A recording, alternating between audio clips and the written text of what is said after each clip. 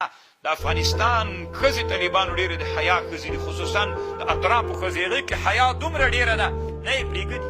د دور ته ناستې وه یا به ما کې شین او یا به په کور کې کښېنې.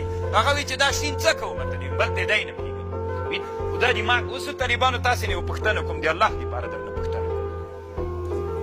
طالبانو ورونو دا ښځه ده، دا یې مېړه ده، دا یې د مېړه ورونه دي. دا ښځې مېړه مړ سو، شهید سو، مړ سو. دا ښځه طالبانو اولاد هم نه لري. په کور کې څنګه سوه؟ په کور کې پاتې سوله. دا طالبانو ورونو چې په کور کې پاتې سوله کونډه، دا خلک یې څه کېږي؟ لیوره طالبانو رسول الله وی الحمو الموت، لکه مرګ داسې ده. دا ښځه طالبانو د پلار کره اوسېږي، اوس که د لیورونو کره. تاسې په ټولنه کې څنګه؟ نو ولې دا اسلام بیا نو څه سو؟